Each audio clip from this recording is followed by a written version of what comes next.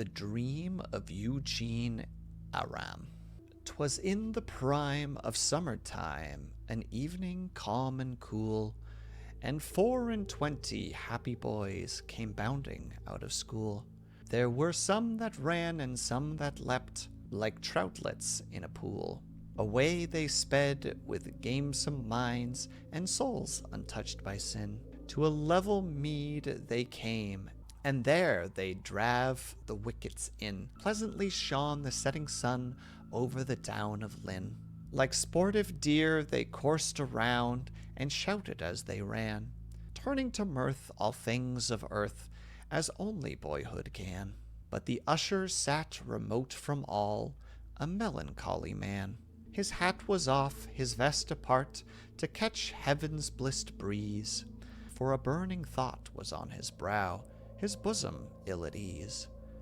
So he leaned his head on his hands, and read the book upon his knees. Leaf after leaf he turned it over, not ever gazed aside. With the peace of his soul he read that book, in golden eventide. Much study had made him very lean, and pale, and laden-eyed. At last he shut the ponderous tome, with a fast and fervent grasp. He strained the dusky cupboard closed, and fixed the brazen hatch. O God, could I so close my mind, and clasp it with a clasp! Then leaping on his feet upright, some moody turns he took, now up the mead and down the mead, and past a shady nook. And lo, he saw a little boy, who pored upon a book. My gentle lad, what is't you read, romance or fairy tale? Is it some historic page of kings and crowns unstable?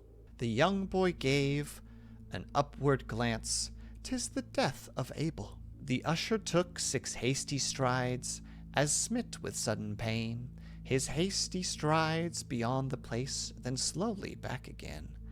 Down he sat beside the lad, and talked with him of Cain, and long since then of bloody men whose deeds tradition saves, of lonely folks cut off unseen, and hid in sudden graves, of horrid stabs, of graven forlorns, and murders done in caves. And how the spirits of injured men shriek upon the sod. Aye, how the ghostly hand will point to show the burial clod. And unknown facts of guilty acts are seen in the dreams of God. He told how murderers walk the earth beyond the curse of Cain, with crimson clouds before their eyes and fire flames about their brain. For blood has left upon their soul an everlasting stain. And well, quoth he, I know for truth, their pangs would be extreme. Woe, woe, utter woe, who spills life's sacred stream. For why, methought last night I wrought a murder in a dream. One that had never done me wrong, a feeble man and old. I led him to a lonely field, the moon shone clear and cold. Now here I say this man shall die, and I will take his gold. 2 sudden blows with a ragged stick, and one with a heavy stone. 1 hurried gash from a hasty knife, and then the deed was done. There was nothing lying at my foot but lifeless flesh and bone. Nothing but lifeless flesh and bone that could not do me ill, and yet I feared him all the more for lying there so still. There was a manhood at his look that murder could not kill. And lo, the universal air seemed lit with ghastly flames. 10,000 dreadful eyes were looking down in blame. I took the dead man by the hand and called upon his name. O God, it made me quiver to see such sense within the slain. And when I touched the lifeless clay, the blood gushed out amain. For every clot, the burning spot was scorching in my brain. My head was like an arid coal, my heart as solid ice. My wretched, wretched soul I knew was in the devil's price. 12 times I groaned, the dead had never groaned but twice. And now from forth the frowning sky, from heaven's topmost height, I heard a voice, an awful voice, from the blood-avenging sprite. Thou guilty man, take up thy dead, and hide it from my sight. I took the dreary body up, and cast it in a stream, a sluggish water black as ink, the depths was so extreme. My gentle boy, remember this, it is nothing but a dream. Down went the corse with hallow plunge, and vanished in the pool. Anon I cleansed my bloody hands, and washed my forehead cool. I sat amongst the urchins young that evening in the school. O heaven, to think of their white souls, and mine so black and grim! I could not share in childish prayer, nor join in evening hymn. Like a devil of the pit I seemed, mid holy cherubim, and peace came with them one and all, and each calm pillow spread. But guilt was my grim chamberlain, that lit my way to bed, and drew my midnight curtains round, my fingers bloody red. All night I lay in agony, in anguish dark and deep.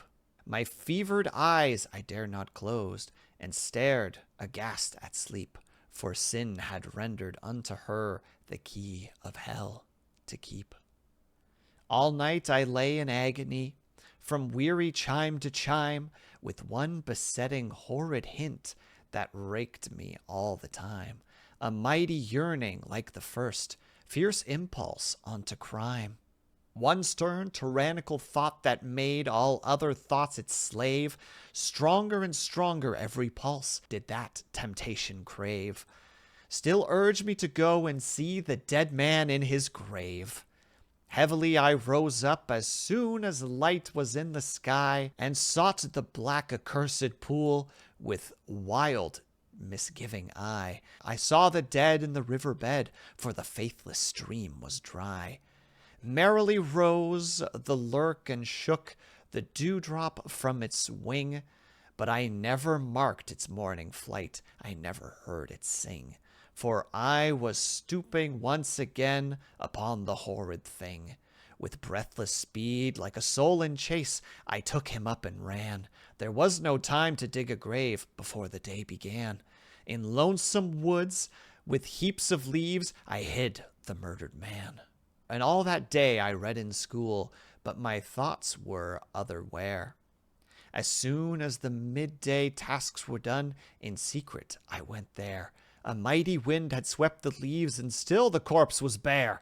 Then down I cast on my face, and first began to weep. For I knew my secret then was one that the earth refused to keep, or land or sea, though he should be 10,000 fathoms deep. So wills the fury avenge the sprite, till blood for blood atones.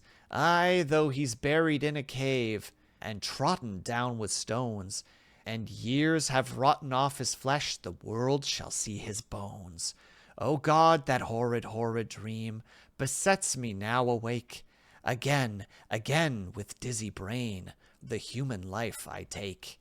And my red right hand grows raging hot, like crems at the stake. And still no place for the restless clay will wave or mound allow. The horrid thing pursues my soul, it stands before me now. The fearful boy looked up and saw a huge drops upon his brow.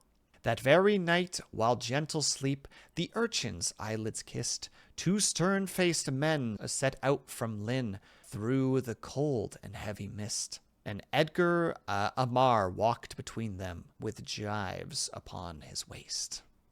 And that was the dream of Edgar Amar.